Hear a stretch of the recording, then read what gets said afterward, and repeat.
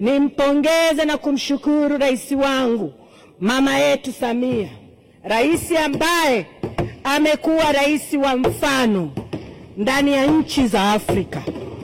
Mheshimiwa Mwenyekiti, tunapata tabu. Mheshimiwa Mwenyekiti, wa Tanzania tuna uvumilivu, lakini namna wanavyotuona uvumilivu tuliokuwa nao, jambo kubwa na la kupongeza, tunampongeza rais wetu kwa namna ya kipekee anavyotufundisha uvumilivu wa Tanzania.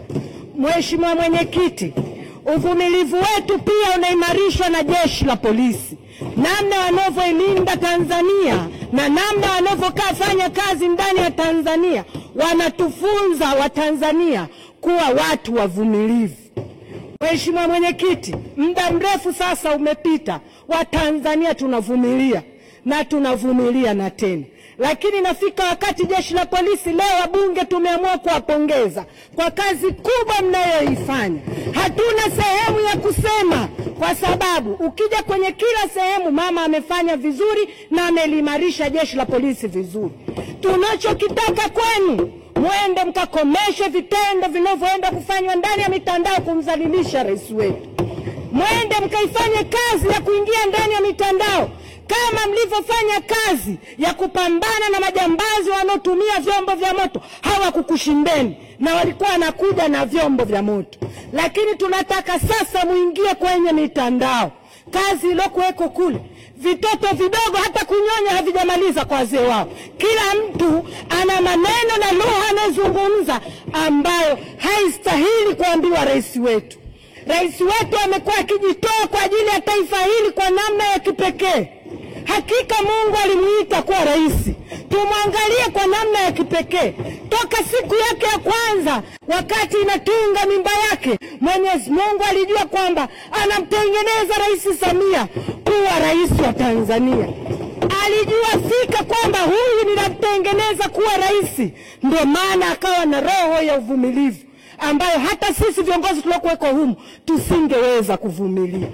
Alimtengeneza kuwa mwanamke jasiri. Kati ya vitu ambavyo tunajivunia pamoja na ujasiri wa mama yetu kuweza kuvumilia hali inayoendelea. Muda wote rais wetu anatuasa hala jirani. Tumevumilia majirani, lakini imefika wakati mama, tumeshindwa watoto wako kuvumilia. Tumeshindwa. Hatuwezi. Hakuna mtoto anaweza kuthubutu kuvumilia kumwona mzazi wake anatukana. Hakuna mtoto anaweza kukaa kimya kumwona mzazi wake anatukana. Mama, umetufunza tukae kimya. Umesema mzigo huu kwenye hotuba zako unaweza kubeba, ila sisi watoto wako hatuwezi kubeba. Tumechoka. Mheshimiwa Mwenyekiti, tuambie vyombo vya ulinzi na usalama. Kuna kenge wa ndani alafu kuna kenge wa nje. Shughulikani na kenge wa ndani, malize na wa nje. Imekuwa kuna vitoto hata vidogo, mtu akipata uhuru. Tunao Tanzania, tunafanya tunachokitaka, lakini sio kumgusa rais wetu kwa vile unavyotaka mwenyewe. Kama tunataka tuende kwenye debate za matusi, tutafungulia Doto Magari mmoja tu, atamalizana nao bila kuweka mtu mwingine. Doto Magari mmoja tu, Kenya nzima watamtambua. Mheshimiwa Mwenyekiti, tumekuwa na uvumilivu wa kutosha, lakini imefika wakati, Mheshimiwa Waziri, kazi za ulinzi wa nchi hii zipo vizuri.